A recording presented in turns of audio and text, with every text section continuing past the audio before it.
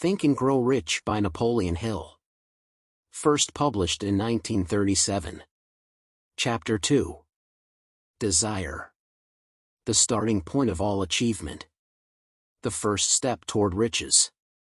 When Edwin C. Barnes climbed down from the freight train in Orange, N.J., more than 30 years ago, he may have resembled a tramp, but his thoughts were those of a king. As he made his way from the railroad tracks to Thomas A. Edison's office, his mind was at work. He saw himself standing in Edison's presence. He heard himself asking Mr. Edison for an opportunity to carry out the one consuming obsession of his life, a burning desire to become the business associate of the great inventor. Barnes' desire was not a hope. It was not a wish. It was a keen, pulsating desire, which transcended everything else. It was definite. The desire was not new when he approached Edison. It had been Barnes' dominating desire for a long time. In the beginning, when the desire first appeared in his mind, it may have been, probably was, only a wish, but it was no mere wish when he appeared before Edison with it.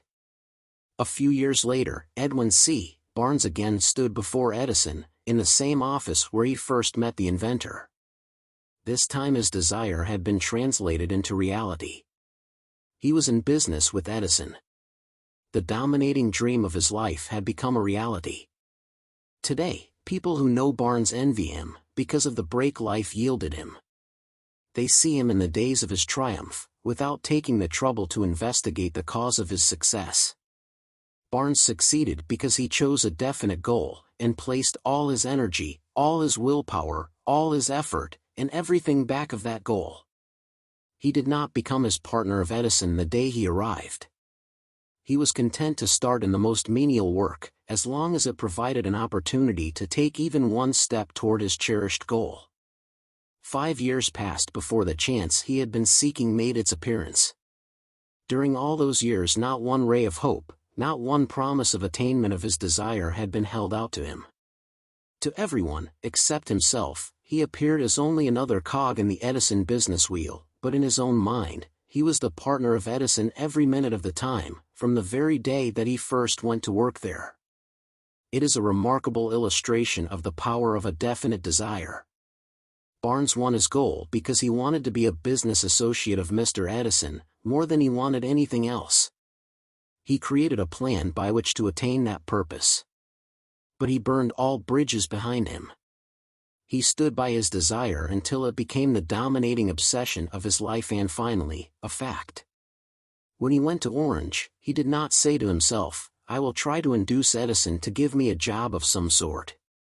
He said, "I will see Edison, and put him on notice that I have come to go into business with him." He did not say, "I will work there for a few months, and if I get no encouragement, I will quit and get a job somewhere else." He did say, "I will start anywhere. I will do anything Edison tells me to do, but before I am through, I will be his associate." He did not say, "I will keep my eyes open for another opportunity, in case I fail to get what I want in the Edison organization." He said, "There is but one thing in this world that I am determined to have, and that is a business association with Thomas A. Edison.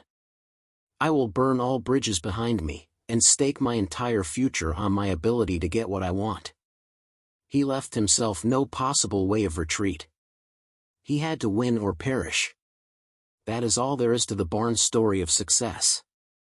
A long while ago, a great warrior faced a situation that made it necessary for him to make a decision that ensured his success on the battlefield. He was about to send his armies against a powerful foe, whose men outnumbered his own. He loaded his soldiers into boats, sailed to the enemy's country, unloaded soldiers and equipment, then gave the order to burn the ships that had carried them. Addressing his men before the first battle, he said, "You see the boats going up in smoke. That means that we cannot leave these shores alive unless we win. We now have no choice, we win or we perish." They won. Every person who wins in any undertaking must be willing to burn his ships and cut all sources of retreat. Only by so doing can one be sure of maintaining that state of mind known as a burning desire to win, essential to success. The morning after the Great Chicago Fire, a group of merchants stood on State Street, looking at the smoking remains of what had been their stores. They went to a conference to decide if they would try to rebuild, or leave Chicago and start over in a more promising section of the country. They reached a decision, all except one, to leave Chicago.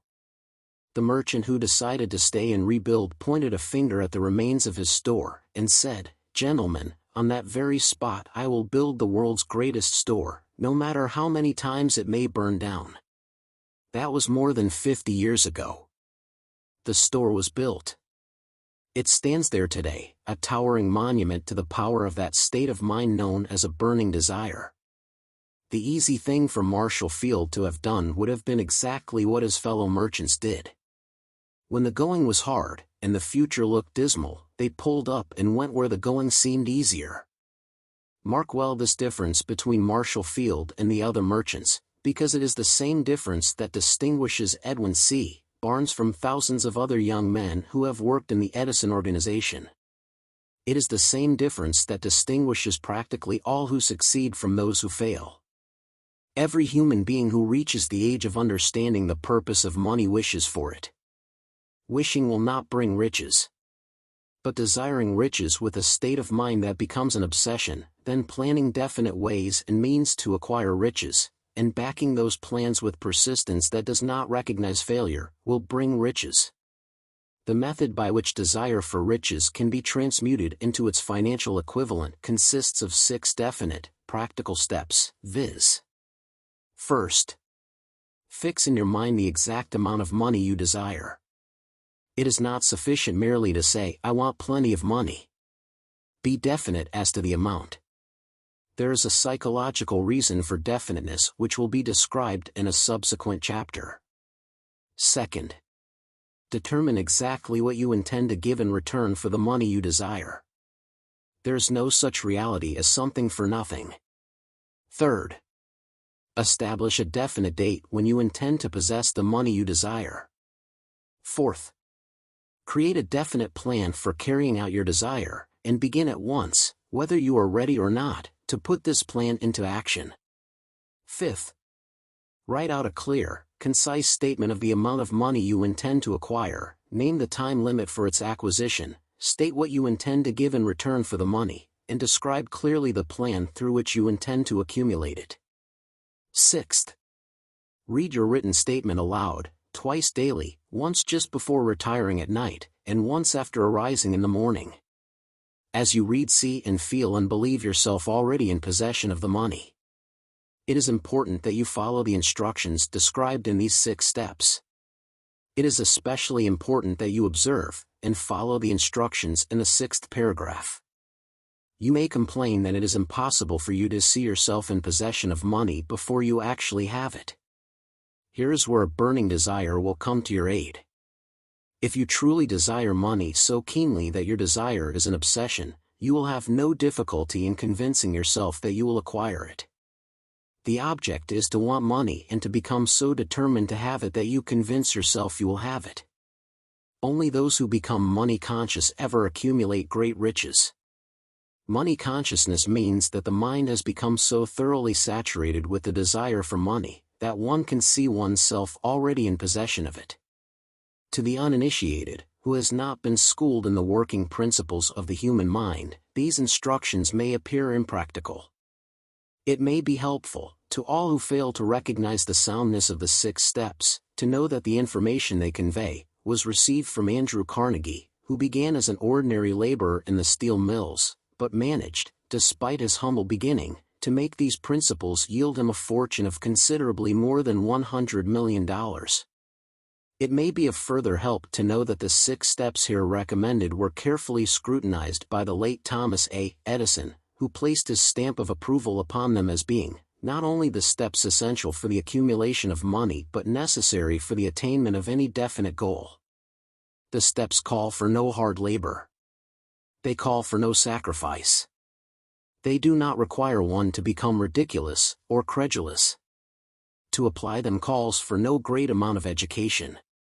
But the successful application of these 6 steps does call for sufficient imagination to enable one to see and understand that the accumulation of money cannot be left to chance, good fortune, and luck. One must realize that all who have accumulated great fortunes first did a certain amount of dreaming, hoping, wishing, desiring, and planning before they acquired money. You may as well know, right here, that you can never have riches in great quantities unless you can work yourself into a white heat of desire for money, and actually believe you will possess it. You may as well know, also, that every great leader, from the dawn of civilization down to the present, was a dreamer.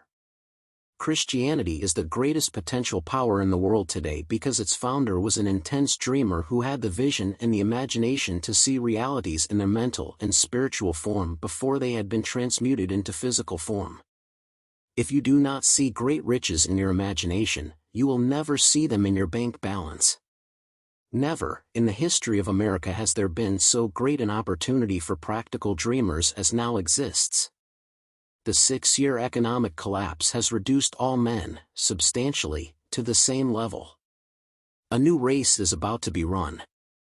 The stakes represent huge fortunes that will be accumulated within the next 10 years.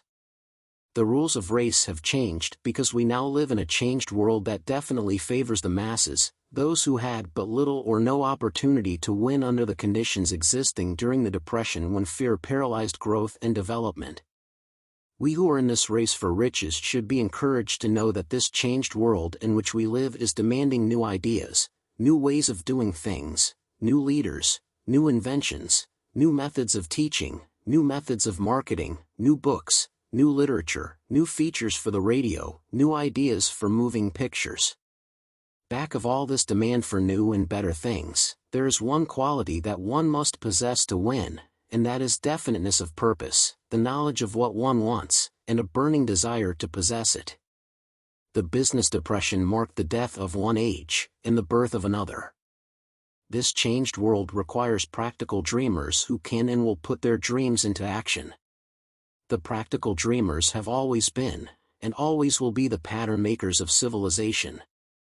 We who desire to accumulate riches should remember the real leaders of the world always have been men who harnessed, and put into practical use, the intangible, unseen forces of unborn opportunity, and have converted those forces, or impulses of thought, into skyscrapers, cities, factories, airplanes, automobiles, and every form of convenience that makes life more pleasant. Tolerance and an open mind are practical necessities of the dreamer of today. Those who are afraid of new ideas are doomed before they start. Never has there been a time more favorable to pioneers than the present. True, there is no wild and woolly West to be conquered, as in the days of the covered wagon, but there is a vast business, financial, and industrial world to be remolded and redirected along new and better lines. In planning to acquire your share of the riches, let no one influence you to scorn the dreamer. To win the big stakes in this changed world, you must catch the spirit of the great pioneers of the past, whose dreams have given to civilization all that it has of value, the spirit which serves as the lifeblood of our own country, your opportunity and mine, to develop and market our talents. Let us not forget, Columbus dreamed of an unknown world, staked his life on the existence of such a world, and discovered it. Copernicus, the great astronomer, dreamed of a multiplicity of worlds, and revealed them. No one denounced him as impractical after he had triumphed. Instead, the world worshipped at his shrine, thus proving once more that success requires no apologies, failure permits no alibis. If the thing you wish to do is right, and you believe in it, go ahead and do it. Put your dream across, and never mind what they say if you meet with temporary defeat, for they, perhaps, do not know that every failure brings with it the seed of equivalent success. Henry Ford, poor and uneducated, dreamed of a horseless carriage, went to work with what tools he possessed, without waiting for an opportunity to favor him, and now evidence of his dream belts the entire earth. He has put more wheels into operation than any man who ever lived, because he was not afraid to back his dreams. Thomas Edison dreamed of a lamp that could be operated by electricity, began where he stood to put his dream into action, and despite more than 10,000 failures, he stood by that dream until he made it a physical reality. Practical dreamers do not quit. Wayland dreamed of a chain of cigar stores, transformed his dream into action, and now the United Cigar Stores occupy the best corners in America. Lincoln dreamed of freedom for the black slaves, put his dream into action, and barely missed living to see a united North and South translate his dream into reality. The Wright brothers dreamed of a machine that would fly through the air. Now one may see evidence all over the world that they dreamed soundly. Marconi dreamed of a system for harnessing the intangible forces of the ether. Evidence that he did not dream in vain may be found in every wireless and radio in the world. Moreover, Marconi's dream brought the humblest cabin and the most stately manor house side by side. It made the people of every nation on earth backdoor neighbors. It gave the President of the United States a medium by which he may talk to all the people of America at one time, and on short notice. It may interest you to know that Marconi's friends had him taken into custody and examined in a psychopathic hospital when he announced he had discovered a principle through which he could send messages through the air, without the aid of wires, or other direct physical means of communication. The dreamers of today fare better. The world has become accustomed to new discoveries. Nay, it has shown a willingness to reward the dreamer who gives the world a new idea. The greatest achievement was, at first, and for a time, but a dream. The oak sleeps in the acorn. The bird waits in the egg, and in the highest vision of the soul, a waking angel stirs. Dreams are the seedlings of reality. Awake, arise, and assert yourself, you dreamers of the world. Your star is now on ascendancy. The world depression brought the opportunity you have been waiting for. It taught people humility, tolerance, and open-mindedness. The world is filled with an abundance of opportunities that the dreamers of the past never knew. A burning desire and to-do is the starting point from which the dreamer must take off. Dreams are not born of indifference, laziness, or lack of ambition. The world no longer scoffs at the dreamer, nor calls him impractical. If you think it does, take a trip to Tennessee, and witness what a dreamer president has done in the way of harnessing and using the great water power of America. A score of years ago, such a dream would have seemed like madness. You have been disappointed, you have undergone defeat during the Depression, and you have felt the great heart within you crushed until it bled. Take courage, for these experiences have tempered the spiritual metal of which you are made. They are assets of incomparable value. Remember, too, that all who succeed in life get off to a bad start, and pass through many heartbreaking struggles before they arrive. The turning point in the lives of those who succeed usually comes at the moment of some crisis, through which they are introduced to their other selves. John Bunyan wrote The Pilgrim's Progress, which is among the finest of all English literature, after he had been confined in prison and sorely punished, because of his views on the subject of religion. O. Henry discovered the genius which slept within his brain, after he had met with great misfortune, and was confined in a prison cell, in Columbus, Ohio. Being forced, through misfortune, to become acquainted with his other self, and to use his imagination, he discovered himself to be a great author instead of a miserable criminal and outcast. Strange and varied are the ways of life, and stranger still is the ways of infinite intelligence, through which men are sometimes forced to undergo all sorts of punishment before discovering their own brains, and their own capacity to create useful ideas through imagination. Edison, the world's greatest inventor and scientist, was a tramp telegraph operator. He failed innumerable times before he was driven, finally, to the discovery of the genius which slept within his brain. Charles Dickens began by pasting labels on blacking pots. The tragedy of his first love penetrated the depths of his soul, and converted him into one of the world's truly great authors. That tragedy produced, first, David Copperfield, then a succession of other works that made this a richer and better world for all who read his books. Disappointment over love affairs generally has the effect of driving men to drink, and women to ruin, and this is because most people never learn the art of transmuting their strongest emotions into dreams of a constructive nature. Helen Keller became deaf, dumb, and blind shortly after birth. Despite her greatest misfortune, she has written her name indelibly in the pages of the history of the great.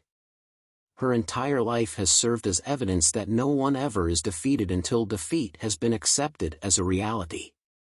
Robert Burns was an illiterate country lad. He was cursed by poverty, and grew up to be a drunkard in the bargain. The world was made better for his having lived because he clothed beautiful thoughts in poetry, and thereby plucked a thorn and planted a rose in its place. Booker T. Washington was born in slavery, handicapped by race and color.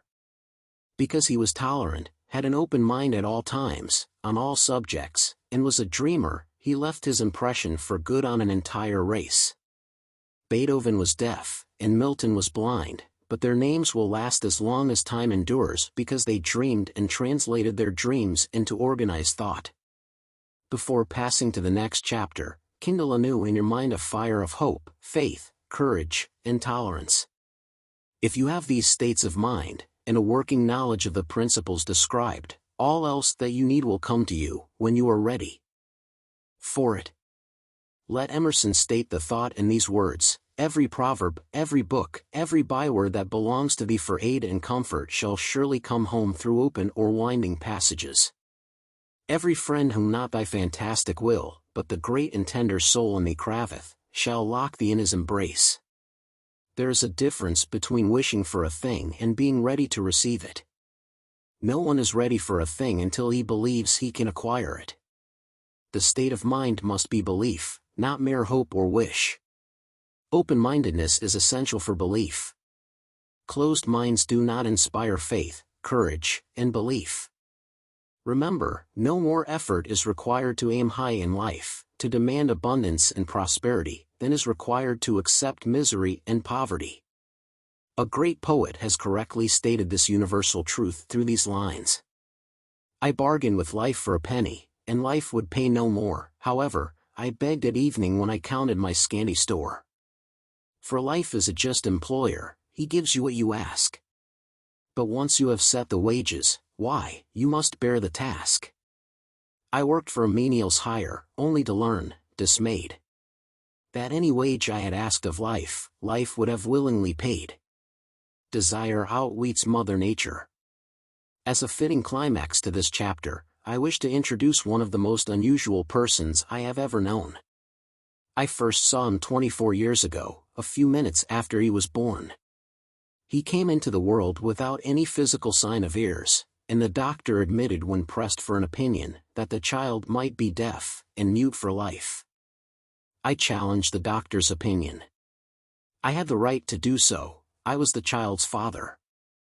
I, too, reached a decision and rendered an opinion, but I expressed the opinion silently, in the secrecy of my own heart.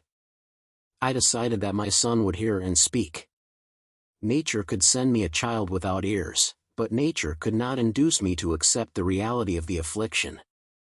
In my own mind, I knew that my son would hear and speak. How? I was sure there must be a way, and I knew I would find it. I thought of the words of the immortal Emerson: the whole course of things goes to teach us faith. We need only obey. There is guidance for each of us, and by lowly listening, we shall hear the right word. The right word? Desire. More than anything else, I desired that my son should not be deaf-mute. From that desire, I never receded, not for a second. Many years previously, I had written, "Our only limitations are those we set up in our own minds." For the first time, I wondered if that statement were true. Lying on the bed in front of me was a newly born child, without the natural equipment of hearing. Even though he might hear and speak, he was obviously disfigured for life. Surely, this was a limitation that child had not set up in his own mind. What could I do about it? Somehow I would find a way to transplant into that child's mind my own burning desire for ways and means of conveying sound to his brain without the aid of ears. As soon as the child was old enough to cooperate, I would fill his mind so completely with a burning desire to hear, that nature would, by methods of her own, translate it into physical reality. All this thinking took place in my own mind, but I spoke of it to no one. Every day I renewed the pledge I had made to myself, not to accept a deaf-mute for a son. As he grew older and began to take notice of things around him, we observed that he had a slight degree of hearing. When he reached the age when children usually begin talking, he made no attempt to speak, but we could tell by his actions that he could hear certain sounds slightly. That was all I wanted to know. I was convinced that if he could hear, even slightly, he might develop still greater hearing capacity. Then something happened which gave me hope. It came from an entirely unexpected source. We bought a Victrola. When the child heard the music for the first time, he went into ecstasy and promptly appropriated the machine. He soon showed a preference for certain records, among them, It's a Long Way to Tipperary. On one occasion, he played that piece over and over, for almost 2 hours, standing in front of the Victrola, with his teeth clamped on the edge of the case. The significance of this self-formed habit of his did not become clear to us until years afterward, for we had never heard of the principle of bone conduction of sound at that time. Shortly after he appropriated the Victrola, I discovered that he could hear me quite clearly when I spoke with my lips touching his mastoid bone, or at the base of the brain. These discoveries placed in my possession the necessary media by which I began to translate into reality my burning desire to help my son develop hearing and speech. By that time he was making stabs at speaking certain words. The outlook was far from encouraging, but desire backed by faith knows no such word as impossible. Having determined that he could hear the sound of my voice plainly, I began, immediately, to transfer to his mind the desire to hear and speak. I soon discovered that the child enjoyed bedtime stories, so I went to work, creating stories designed to develop in him self-reliance, imagination, and a keen desire to hear and to be normal. There was one story in particular, which I emphasized by giving it some new and dramatic coloring each time it was told. It was designed to plant in his mind the thought that his affliction was not a liability, but an asset of great value.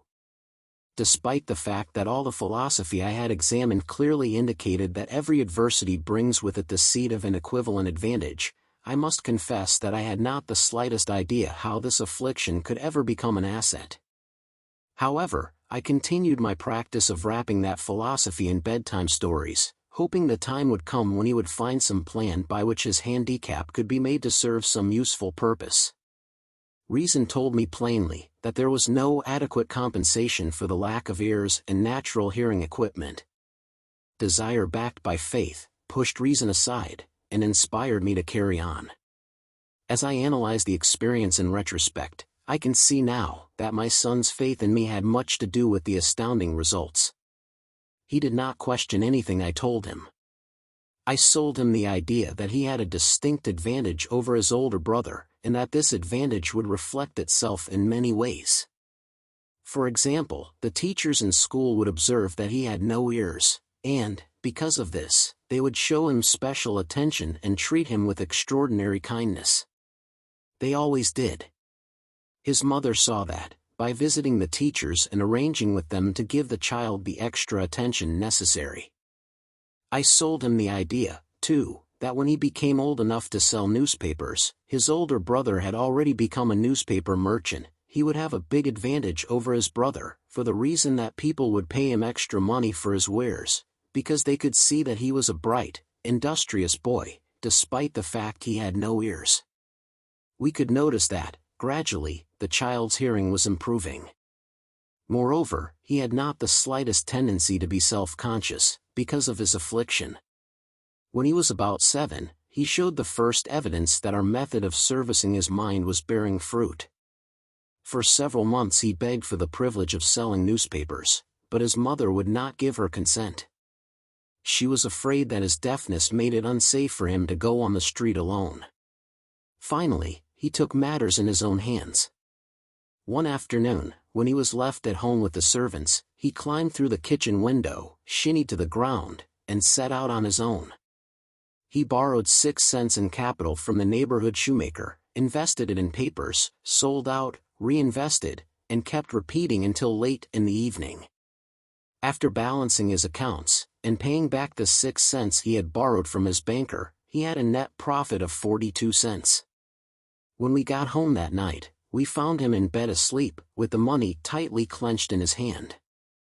His mother opened his hand, removed the coins, and cried. Of all things, crying over her son's first victory seemed so inappropriate. My reaction was the reverse.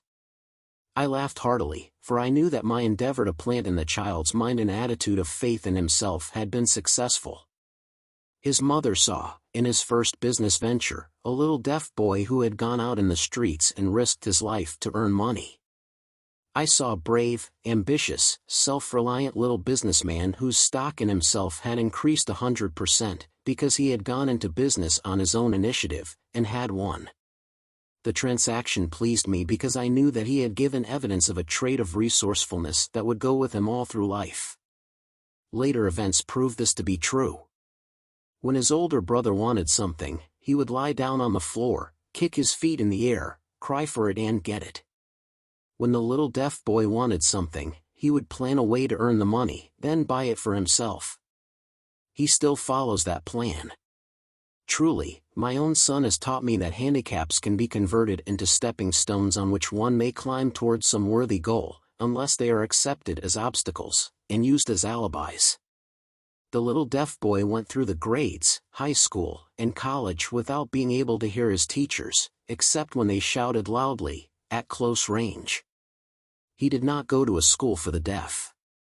We would not permit him to learn the sign language. We were determined that he should live a normal life, and associate with normal children, and we stood by that decision, although it cost us many heated debates with school officials. While he was in high school, he tried an electrical hearing aid, but it was of no value to him, due, we believed, to a condition that was disclosed when the child was 6, by Dr. J. Gordon Wilson, of Chicago, when he operated on one side of the boy's head, and discovered that there was no sign of natural hearing equipment. During his last week in college, 18 years after the operation, something happened that marked the most important turning point of his life. Through what seemed to be mere chance, he came into possession of another electrical hearing device, which was sent to him on trial. He was slow about testing it, due to his disappointment with a similar device. Finally, he picked the instrument up, and more or less carelessly, placed it on his head, hooked up the battery, and lo! As if by a stroke of magic, his lifelong desire for normal hearing became a reality. For the first time in his life, he heard practically as well as any person with normal hearing. God moves in mysterious ways, his wonders to perform. Overjoyed because of the changed world which had been brought to him through his hearing device, he rushed to the telephone, called his mother, and heard her voice perfectly. The next day he plainly heard the voices of his professors in class, for the first time in his life. Previously he could hear them only when they shouted, at short range. He heard the radio. He heard the talking pictures. For the first time in his life, he could converse freely with other people, without the necessity of their having to speak loudly. Truly, he had come into possession of a changed world.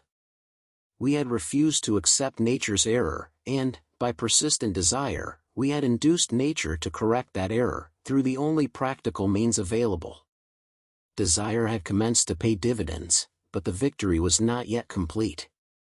The boy still had to find a definite and practical way to convert his handicap into an equivalent asset. Hardly realizing the significance of what had already been accomplished, but intoxicated with the joy of his newly discovered world of sound, he wrote a letter to the manufacturer of the hearing aid, enthusiastically describing his experience. Something in his letter, something, perhaps which was not written on the lines, but back of them, caused the company to invite him to New York. When he arrived, he was escorted through the factory, and while talking with the chief engineer, telling him about his changed world, a hunch, an idea, or an inspiration, call it what you wish, flashed into his mind. It was this impulse of thought which converted his affliction into an asset, destined to pay dividends in both money and happiness to thousands for all time to come. The sum and substance of that impulse of thought was this: it occurred to him that he might be of help to the millions of deafened people who go through life without the benefit of hearing devices, if he could find a way to tell them the story of his changed world. Then and there, he reached a decision to devote the remainder of his life to rendering useful service to the hard of hearing. For an entire month, he carried on intensive research, during which he analyzed the entire marketing system of the manufacturer of the hearing device, and created ways and means of communicating with the hard of hearing all over the world for the purpose of sharing with them his newly discovered changed world. When this was done, he put in writing a 2-year plan, based on his findings. When he presented the plan to the company, he was instantly given a position, for the purpose of carrying out his ambition. Little did he dream, when he went to work, that he was destined to bring hope and practical relief to thousands of deafened people who, without his help, would have been doomed forever to deaf-mutism. Shortly after he became associated with the manufacturer of his hearing aid, he invited me to attend a class conducted by his company, for the purpose of teaching deaf-mutes to hear and to speak. I had never heard of such a form of education, therefore I visited the class, skeptical but hopeful that my time would not be entirely wasted. Here I saw a demonstration that gave me a greatly enlarged vision of what I had done to arouse and keep alive in my son's mind the desire for normal hearing. I saw deaf-mutes actually being taught to hear and to speak, through the application of the self-same principle I had used, more than 20 years previously, in saving my son from deaf-mutism. Thus, through some strange turn of the wheel of fate, my son, Blair, and I have been destined to aid in correcting deaf-mutism for those as yet unborn, because we are the only living human beings, as far as I know, who have established definitely the fact that deaf-mutism can be corrected to the extent of restoring to normal life those who suffer with this affliction. It has been done for one, it will be done for others. There is no doubt in my mind that Blair would have been a deaf-mute all his life if his mother and I had not managed to shape his mind as we did. The doctor who attended at his birth told us, confidentially, the child might never hear or speak. A few weeks ago, Dr. Irving Voorhees, a noted specialist on such cases, examined Blair very thoroughly. He was astounded when he learned how well my son now hears and speaks, and said his examination indicated that, theoretically, the boy should not be able to hear at all. But the lad does hear, despite the fact that X-ray pictures show there is no opening in the skull whatsoever, from where his ears should be to the brain.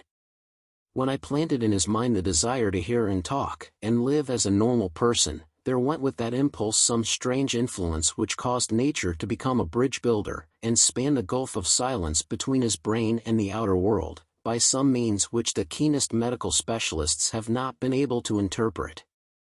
It would be sacrilege for me to even conjecture as to how nature performed this miracle. It would be unforgivable if I neglected to tell the world as much as I know of the humble part one assumed in the strange experience.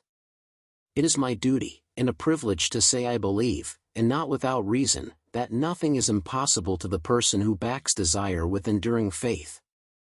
Verily, a burning desire has devious ways of transmuting itself into its physical equivalent. Blair desired normal hearing, now he has it. He was born with a handicap which might easily have sent one with a less defined desire to the street with a bundle of pencils and a tin cup. That handicap now promises to serve as the medium by which he will render useful service to many millions of hard of hearing, also, to give him useful employment at adequate financial compensation for the remainder of his life.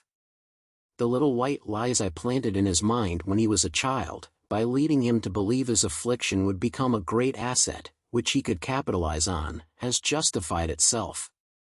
Verily, there is nothing, right or wrong, which belief, plus burning desire, cannot make real. These qualities are free to everyone. In all my experience in dealing with men and women who had personal problems, I never handled a single case that more definitely demonstrates the power of desire. Authors sometimes make the mistake of writing of subjects of which they have but superficial or very elementary knowledge. It has been my good fortune to have had the privilege of testing the soundness of the power of desire, through the affliction of my own son. Perhaps it was providential that the experience came as it did, for surely no one is better prepared than he, to serve as an example of what happens when desire is put to the test. If Mother Nature bends to the will of desire, is it logical that mere men can defeat a burning desire? Strange and imponderable is the power of the human mind. We do not understand the method by which it uses every circumstance, every individual, and every physical thing within its reach, as a means of transmuting desire into its physical counterpart. Perhaps science will uncover the secret. I planted in my son's mind the desire to hear and to speak as any normal person hears and speaks. That desire has now become a reality. I planted in his mind the desire to convert his greatest handicap into his greatest asset. That desire has been realized. The modus operandi by which this astounding result was achieved is not hard to describe. It consisted of 3 very definite facts. First, I mixed faith with the desire for normal hearing, which I passed on to my son. Second, I communicated my desire to him in every conceivable way available, through persistent, continuous effort, over a period of years. Third, he believed me. As this chapter was being completed, news came of the death of Madame Schumann-Heink. One short paragraph in the News Dispatch gives the clue to this unusual woman's stupendous success as a singer. I quote the paragraph because the clue it contains is none other than desire. Early in her career, Madame Schumann-Heink visited the director of the Vienna Court Opera to have him test her voice. But he did not test it. After taking one look at the awkward and poorly dressed girl, he exclaimed, none too gently, with such a face, and with no personality at all, how can you ever expect to succeed in opera? My good child, give up the idea. Buy a sewing machine, and go to work. You can never be a singer. Never is a long time. The director of the Vienna Court Opera knew much about the technique of singing. He knew little about the power of desire when it assumes the proportion of an obsession. If he had known more of that power, he would not have made the mistake of condemning genius without giving it an opportunity. Several years ago, one of my business associates became ill. He became worse as time went on and finally was taken to the hospital for an operation. Just before he was wheeled into the operating room, I took a look at him and wondered how anyone as thin and emaciated as he could possibly go through a major operation successfully. The doctor warned me that there was little if any chance of my ever seeing him alive again. But that was the doctor's opinion. It was not the opinion of the patient. Just before he was wheeled away, he whispered feebly, "Do not be disturbed, Chief, I will be out of here in a few days." The attending nurse looked at me with pity.